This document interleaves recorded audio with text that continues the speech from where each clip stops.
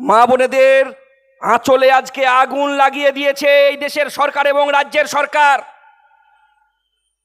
বিজেপির সরকার আসার পরে আমার মা বোনেদেরকে স্বপ্ন দেখিয়েছিল উজালা গ্যাসে রান্না করবে, বাড়িতে ভালো করে গ্যাসের সিলিন্ডার লাগিয়েছিল, আর মাথায় করে যে খড়কুটো নিয়ে কাঠ কুড়িয়ে এনে ঘুঁটো দিয়ে রান্না করতো আমার মা বোনেরা স্বপ্ন দেখেছিল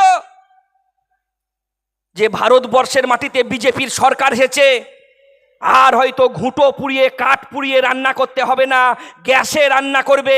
বাড়িতে উজালা গ্যাস নিয়েছিল, কিন্তু উজালা গ্যাস জ্বললো, আর এখন গ্যাসে আর গ্যাস থাকে না, কারণ 300 টাকা দামের গ্যাসের দাম আজকে 1100 টাকা 1200 টাকায় কিনতে হচ্ছে, আর গ্যাসের ভর্তুকিটা কমিয়ে দিয়েছে।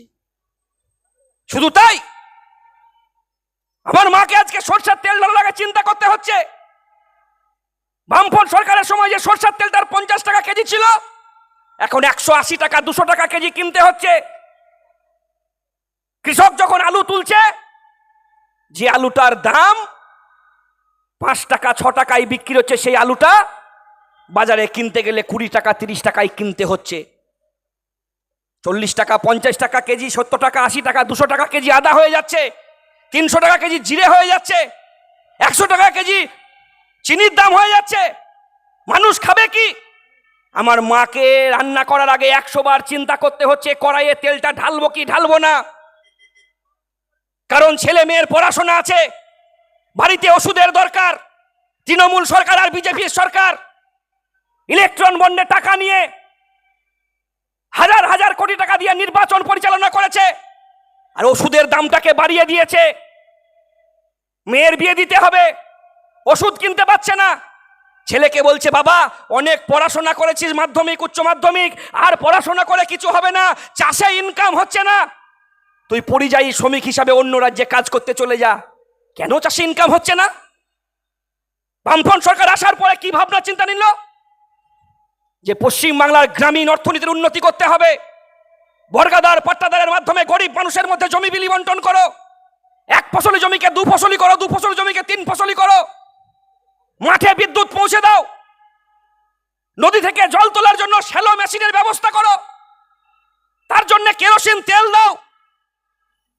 আজকে কাকা দিদিমণি আসার পরে কেরোসিনের তেল কি পাচ্ছেন রেশনে? যে বিদ্যুৎটা আপনি 2 টাকা ইউনিট কিনতেন, সেই বিদ্যুৎটা আজকে 10 টাকা ইউনিট কিনতে হচ্ছে মাঠে। বাড়িতে যে বাল্বটা জ্বালাবেন তার দাম আকাশ ছোঁয়া। তাহলে বিদ্যুতের দাম বৃদ্ধি হলো, ওষুধের দাম বৃদ্ধি হলো, আর আপনি যখন ধানটা বিক্রি করতে যাচ্ছেন তখন ধানটার বিক্রি করে আপনার পকেটে টাকা আসছে না, কারণ এ রাজ্যের সরকার 800 টাকাতে কিষাণ মান্ডিতে ধান বিক্রি করতে পারে না, কিন্তু কেরালায় বামপন্থীরা আছে, সেখানে 2800 টাকা দামে ধান বিক্রি করছে কৃষকরা। আমার মা আমার বোন বাধ্য হচ্ছে লোন নেবার জন্য, কারণ গ্রামীণ অর্থনীতি ভেঙে পড়ছে, কলকারখানা বন্ধ, কৃষক ফসলের দাম পাচ্ছে না, এসএসসি টেট পরীক্ষা নেই। বামফ্রন্ট সরকারের সময় প্রতি বছর এসএসসি টেট পরীক্ষা হতো, বাংলার বেকার ছাত্র যুবরা কাজ পেত, চাকরি পেত, রিক্সা চালক, ভ্যান চালক, টোটো চালকের ছেলেরা, ক্ষেতমজুর পরিবারের ছেলেরা আজকে হাই স্কুল প্রাইমারি স্কুলের মাস্টারে হতো। আর দিদিমণি আসার পরেই শুভেন্দুবাবু টাকা নিয়ে চাকরি বিক্রি করে বিজেপিতে যোগ দিলেন ঠিকই, কিন্তু যারা বিনা পয়সায় চাকরি পেত আজকে বাংলার মাটিতে 8 লক্ষ 10 লক্ষ টাকায় চাকরি বিক্রি হয়ে যাচ্ছে। বিজেপির সরকার আসার পরে রাস্তায় তো সংস্থা বিক্রি হয়ে যাচ্ছে, রেল বিক্রি হয়ে যাচ্ছে, বিমান বিক্রি হয়ে যাচ্ছে, কয়লা খনি বিক্রি হয়ে যাচ্ছে, গাছ পাচার হয়ে যাচ্ছে। গোটা দেশটাকে একটা বিজেপি বেচারামের সরকারে পরিণত করেছে, যার ফলে যে অর্থনৈতিক সংকট তৈরি হচ্ছে, গ্রামগুলোর অর্থনীতির পরিবেশ প্রতিদিন ভেঙে পড়ছে, তাই আপনার ছেলেটাকে অন্য রাজ্যে কাজ করতে যেতে হচ্ছে। আর যখন বাড়িতে অভাব, সংসার চলছে না, তখন আমার মাকে আমার বোনকে একটা খাতা নিয়ে মাইক্রো ফিন্যান্স কোম্পানির কাছে লোনের টাকা আনার জন্য যেতে হচ্ছে। বামফ্রন্ট সরকার আসার পর গ্রামীণ অর্থনীতি যখন উন্নতি ঘটল, গ্রামীণ জমিদারদের যে লোনের সুদের কারবার ছিল বন্ধ হয়ে গিয়েছিল, তৃণমূল আসার 13 বছরের মধ্যেই আবার গ্রাম এলাকায় নতুন করে মহাজনী সুদের কারবার শুরু হলো। বন্ধন, আশা, এইরকম করে অনেক মাইক্রো ফিন্যান্স কোম্পানিগুলি 28%, 30% হারে গ্রামের মা বোনেদেরকে লোন দিচ্ছে, আর সপ্তাহে কিস্তি না দিতে পারার কারণে আত্মহত্যার রাস্তা বেছে নিতে হচ্ছে।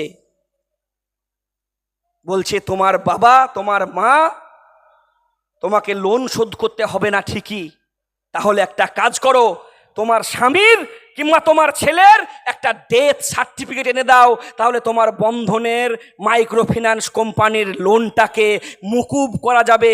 আমরা বলছি এই সমাবেশ থেকে দাবি তুলুন, আমি আমার মায়ের, আমি আমার বাবার, আমি আমার দাদার ডেথ সার্টিফিকেট দেবো না, সরকারের ডেথ সার্টিফিকেট দেওয়ার জন্য লক্ষ্যবদ্ধ লড়াই আন্দোলন আমাদেরকে তৈরি হতে হবে।